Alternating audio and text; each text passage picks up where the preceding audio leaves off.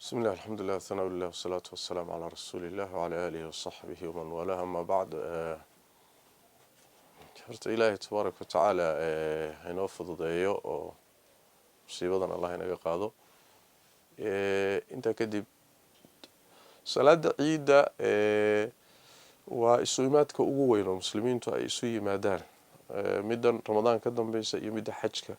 waqtigiisa carafada ku aadan labadaba waa labada ciidood ee waaweyn ee muslimiintu leeyihiin asalkan waxaa loogu talagalay inay soo baxaan muslimiintu oo meel bannaan isugu yimaadaan xataa nabigu sallallahu alayhi wasallam muusan salaadaha ciida masaajida kumuusan tukan jirin allahumma inay duruuf keento roob iyo wax da'aan mooye bannaanku u bixi jiray oo wuxuu amray xataa dumarka in la soo saaro xataa gabdhihii guryaha ku jiri jiray xataa dumarka caadada qaba kulli bannaanka loo soo saaro nabiga sallallahu alayhi wasallam goobta caamka la isugu tagay hala keeno marka waa salaad loogu talagalay sideedaba in yani calaamo weyn oo la muujinayo islaamnimadii waay haddii marka ay duruuftu saamaxayso waa la bixi wax isbedelaan oo dawladdu fasaxdana dee sidii loo tukan jiray baa loo tukanaya haddii duruuftani ama sii adkaato ama dawladduba wax ka bedeli weydo arrimahan hadda muxuu ahaayey jirana marka waxay noqonaysaa in guryaha lagu tukado iyadana sax waa la iska labisan caruurta waa loo labisi muxuu ahaayey shacaa'irtii iyo wadooyinkii iyo ka muuqato laakiin marka la salaad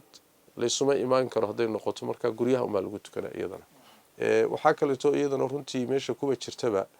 ramadaanku markuu dhamaado zakaatul fitri baa la bixin jiray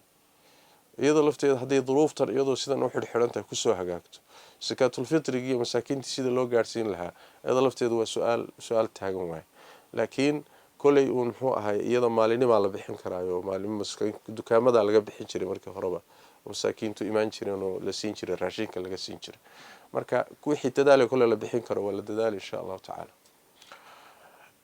waxaan gabagabadii dhihi lahaa horta ilaahay tabaaraka wa tacaala xanuunkan haynaga qaado inta u jirana ilaahay tabaaraka wa tacaala ka caafiyo tii u dhimatay muslimiintana Allah u naxariisto waxaan dhihi lahaa ilaahayna la tala saarto wixii dadaal ee taxadar ah xanuunkan lagaga taxadarayana hala qaato xanuunku waa xaqiiqo jirta waana xanuun halis ah waa xanuun qaabku u faafayo iyo sida degdega u faafayo runtii aan taariikhda la xasuusanin xanuun noocan oo kale ah waa xanuun dilaa ah gaar ahaan Soomaalidu dhulalkay ku nooshahay asalka u ah dawladaha ka dhisani waa dawlado tabar yar sidaas daraadeed wax badan kuma beerin karaan dad badan hadday soo daataan marka waxaan dhihi lahaa ummadda Soomaaliyeed taxadarka hala qaato